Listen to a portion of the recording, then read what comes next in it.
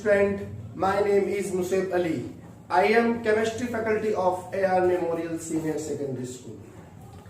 Students, आज हम आपके लिए 12वीं क्लास का एक टॉपिक, एक चैप्टर जिसका नाम है ठोस अवस्था, आपके लिए लेके आए हैं। स्टूडेंट, ये चैप्टर 12वीं क्लास के अंदर, 12th क्लास के अंदर केमिस्ट्री का चैप्टर है, जो पहला चैप्टर है।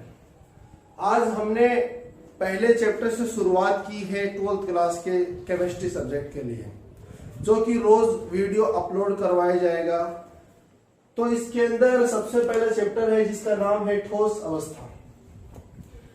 ठोस अवस्था एग्जाम के अंदर, बोर्ड एग्जाम के अंदर हर साल इस चैप्टर से 3 नंबर के सवाल आते हैं पूरे, जिनमें से हर साल 2 सवाल पूछे जाते हैं, जिनमें से एक सवाल होता है 1 नंबर का और दूसरा क्वेश्चन होता है 2 नंबर का।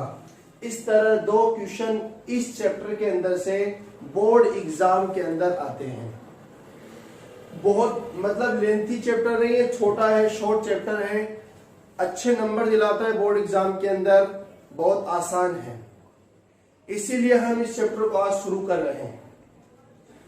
3 नंबर का चैप्टर है, ध्यान रखना बात, और 2 सवाल ये आएंगे। अब कुछ भी आ सकता है, वो तो एग्जामिनर के ऊपर डिपेंड है कि क्या दे वो अगला। ठीक है, तो अब शुरू करते हैं अपन ठोस अवस्था। ठोस अवस्था को समझने से पहले कुछ चीजें हैं, हमें सबसे पहले उसको समझना होगा। जैसे अपने पास में पदार्थ होता है, सबसे पहले समझना होगा पदार्थ किसको बोलते हैं, व्हाट इज दिस पदार्थ, पदार्थ क्या होते हैं।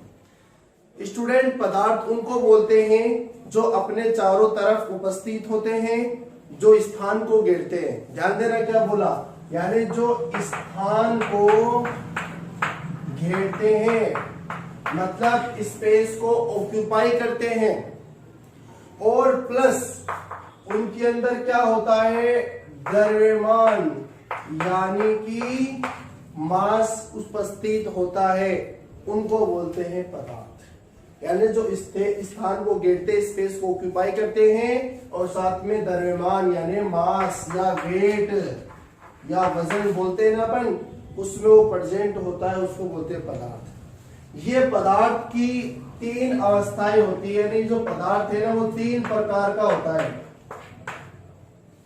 3 प्रकार का होता है, ध्यान रखना। जिनमें सबसे पहले का होता है ठोस अवस्था। अवस्था का मतलब होता है कि कौन सी फॉर्म के अंदर अपन को मिल रहा है, और दूसरा होता है द्रव अवस्था, ठीक है, और तीसरा होता है गैस अवस्था या गैसीय अवस्था। इन चीजों को समझते हुए चलेंगे अपन, हर चीज को एकदम बारीकी से समझेंगे और एकदम बेस से, लो लेवल से अपन पढ़ेंगे। ठीक है बच्चों, तो सबसे पहले है ठोस अवस्था किसको बोलते हैं, पदार्थ किनको बोलते हैं, समझिए ना, जो स्थान को घेरते हैं। जैसे कोई भी बुक है अपने पास, उसके अंदर वजन भी होता है, चाहे कहीं भी रखो जगह को रोकती है वो, तो बुक क्या हो गई, पदार्थ हो गया। कोई भी मेज है, लकड़ी है, या जो भी कुछ है अपने पास जो स्थान को घेरता है और साथ में उसमें द्रव्यमान होता है, उसको अपन क्या बोलेंगे, पदार्थ।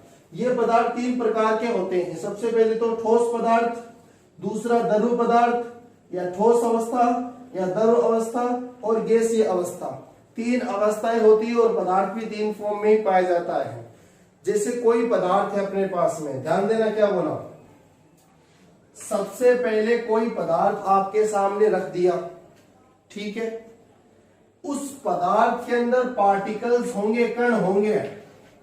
यदि वो कण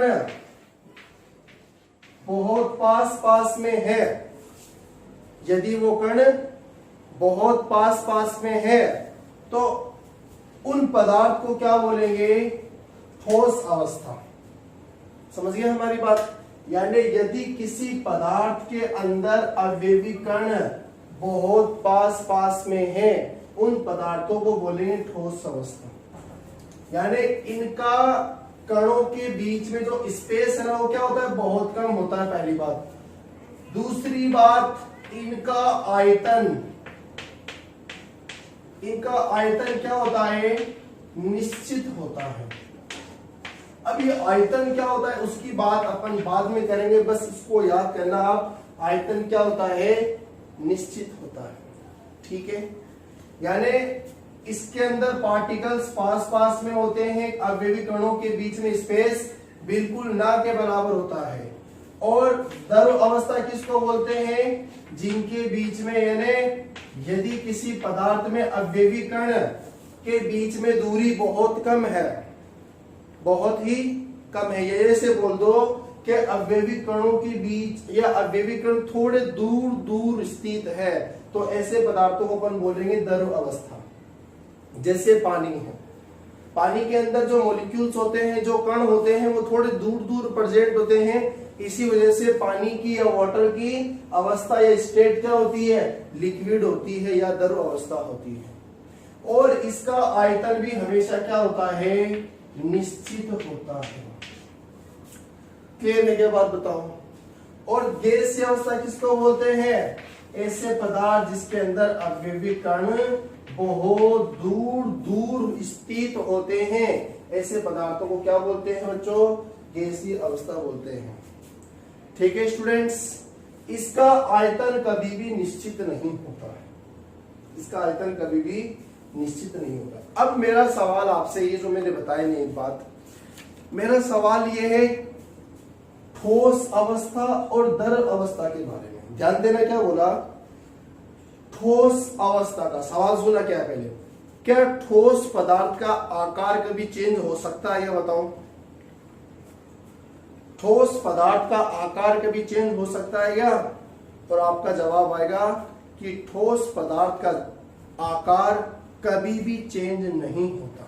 और बिल्कुल आपको पता है ठोस पदार्थ का आकार कभी भी चेंज नहीं होता। जैसे मैंने ले लिया एक बहुत अच्छा एग्जांपल, ध्यान देना, मैंने ले लिया पानी, क्या ले लिया, पानी ले लिया, वाटर, पीने वाला। कौन सी फॉर्म में होता है, कौन सी फॉर्म में होता है, या कौन सी अवस्था में होता है, द्रव अवस्था के अंदर होता है।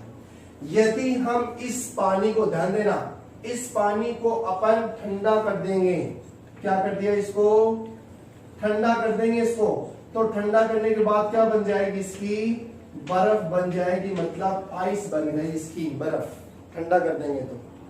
और ये बर्फ जो है कौन सी फॉर्म में आ जाएगा, ये आ जाएगा एक ठोस फॉर्म के अंदर या ठोस अवस्था के अंदर। अब आपने पानी लिया एक बर्तन के अंदर, उस बर्तन को आप फ्रिज के अंदर रख दिया आपने, और 2-4 घंटे 5 घंटे के बाद जब आप देखेंगे तो ठोस फॉर्म के अंदर अपन को मिलेगा। क्या बताओ, उस बर्फ का आकार जो है आपने हाथ के द्वारा आप बदल सकते हैं क्या, नहीं बदल सकते।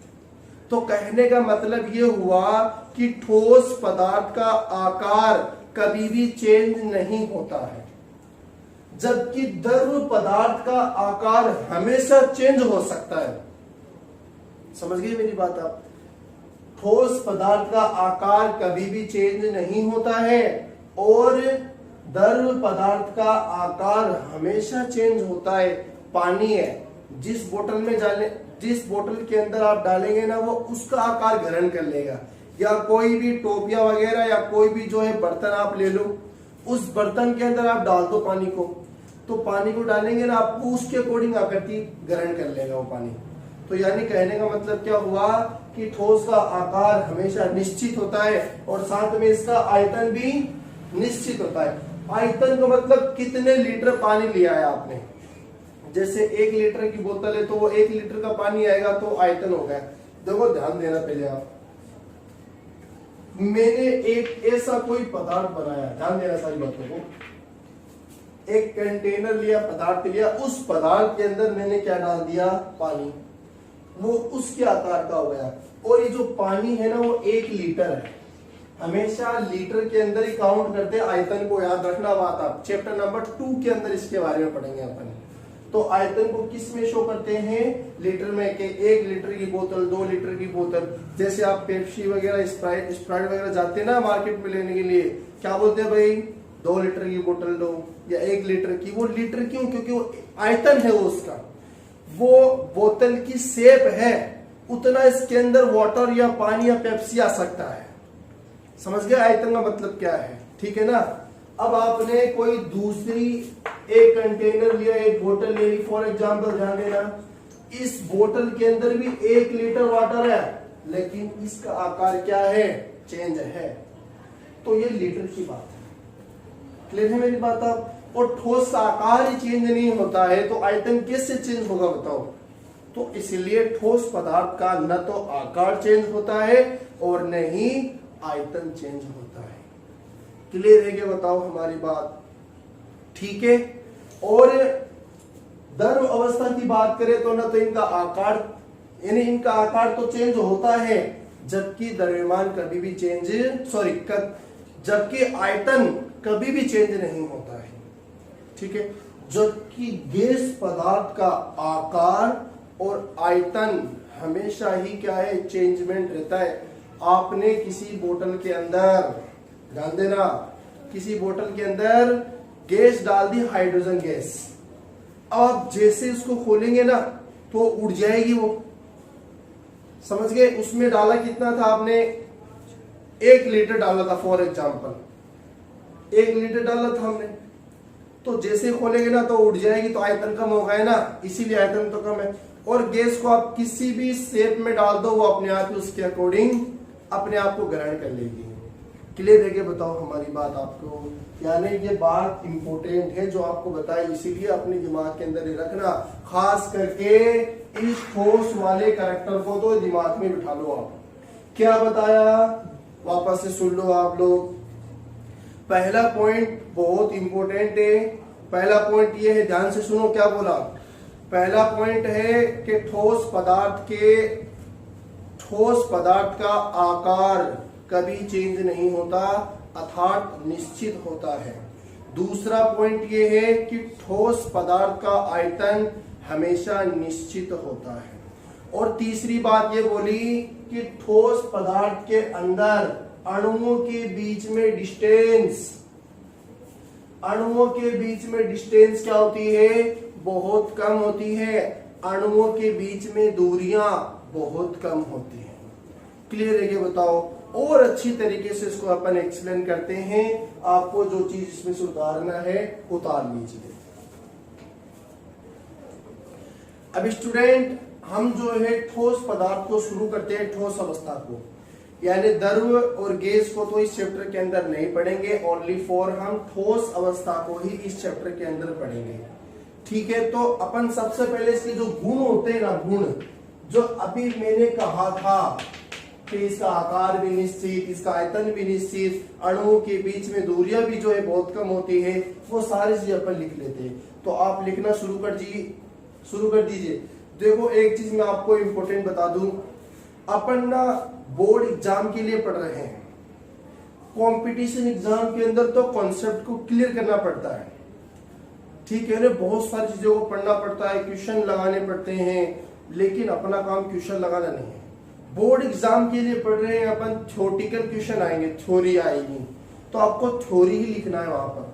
जैसे नीट आईटी के अंदर जो सवाल आते हैं ना, ऑप्शनल क्वेश्चन, ठीक है, जैसे अपन अपनी लैंग्वेज बोलते हैं एबस अदर, ऐसे सवाल नहीं आते, थ्योरेटिकल सवाल आते हैं, तो उसके लिए नोट्स होना बहुत जरूरी है। तो हम जो बोल रहे हैं आप जो उसको अपने नोटबुक के अंदर लिख लीजिए ताकि आपको बेनिफिट हो जाए। अब ये वीडियो आप देखेंगे, बहुत बढ़िया समझ में भी आ जाएगा, 5 दिन 10 दिन के बाद सब कुछ भूल जाओगे। अगर आपके पास कुछ लिखा हुआ होगा ना, तब आप उसको रिकवर करते रहेंगे, याद करते रहेंगे, तो बहुत बेनिफिट होगा। इसीलिए हमारी रिक्वेस्ट है आपसे, अगर आप हमारी वीडियो लेक्चर को देख रहे हैं तो देखने के साथ साथ, खास करके स्टूडेंट, देखने के साथ साथ नोट्स भी बनाते चले ताकि आपको बेनिफिट होगा। ठीक है, नोट्स बहुत अच्छी तरीके से लिखाएंगे आपको, हम बोलेंगे और आप लिख लेना, और बोर्ड पे भी हम लिख देंगे। ठीक है, तो सबसे पहले क्या है, ठोस, सबसे पहले गुण क्या है, ठोस पदार्थ का आकार निश्चित होता है। निश्चित का मतलब होता है फिक्स्ड। फिक्स्ड का मतलब चेंज कभी नहीं होता है, फिक्स्ड निश्चित होता है, पहला पॉइंट। दूसरा पॉइंट लिखिए आप, ठोस पदार्थ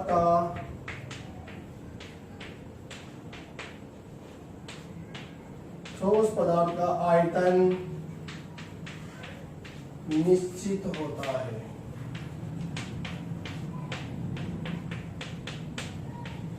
ठीक है।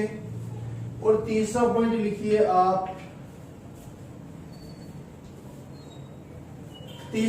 लिखिए आप,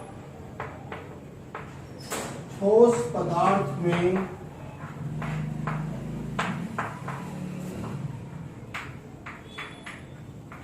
अंतर आणविक दूरियां बहुत कम होती है।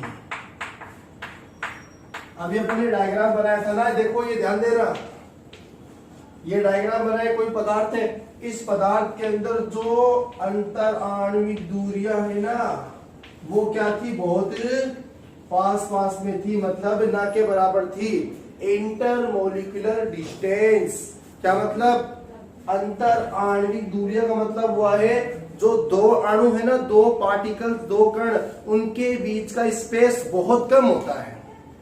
क्लियर है क्या, बताओ। चलो अब देखो आप,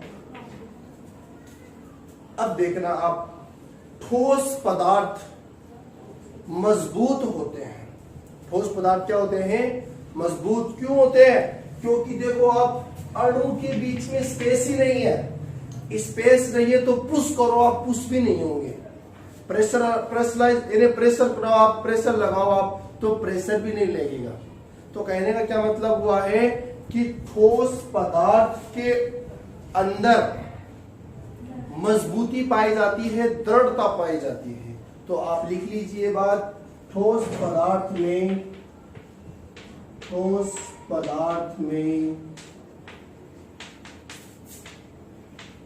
दृढ़ता का गुण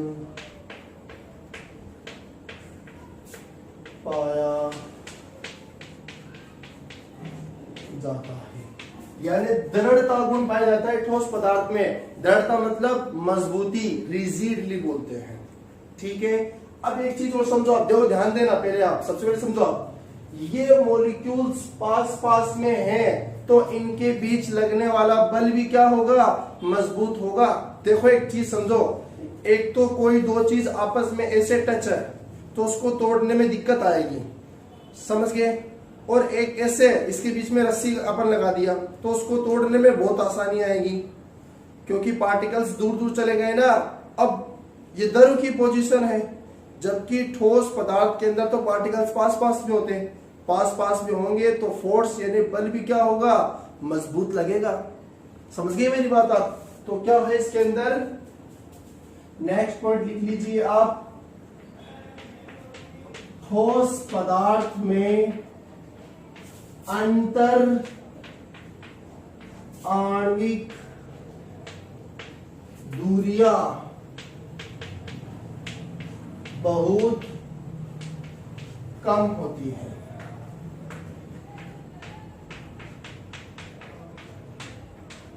बहुत कम होती है। ठीक है ना। अब अपन पढ़ेंगे इसके दूसरे पॉइंट के बारे में। देखो ध्यान देना, अगला पॉइंट है इसका कि ठोस पदार्थ के अंदर असंपीड्यता का गुण पाया जाता है।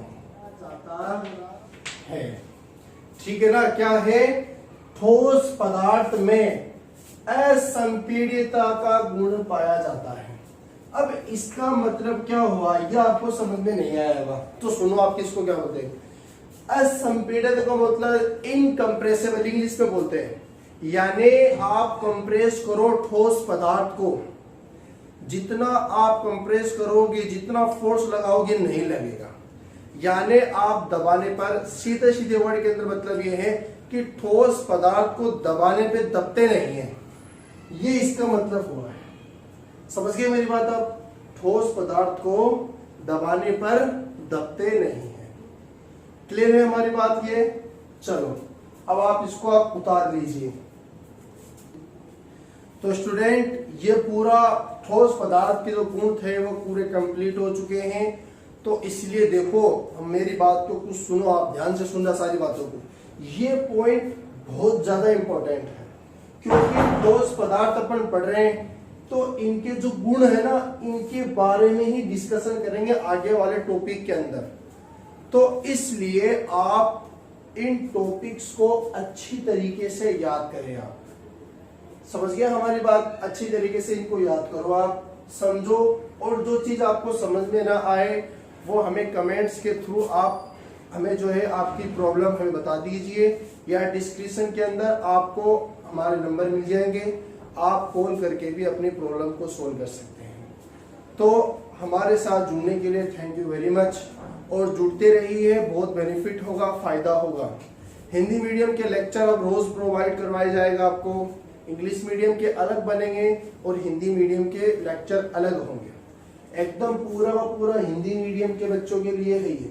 तो स्टूडेंट हमारे वीडियो लेक्चर को आप हमारे चैनल को प्लीज लाइक करें, शेयर एंड सब्सक्राइब करें, और बेल आइकन को दबाना ना भूलें, ताकि हम जब भी वीडियो अपलोड करेंगे तो आपको इनकी इंफॉर्मेशन या नोटिफिकेशन आपको पहुंच जाएगी।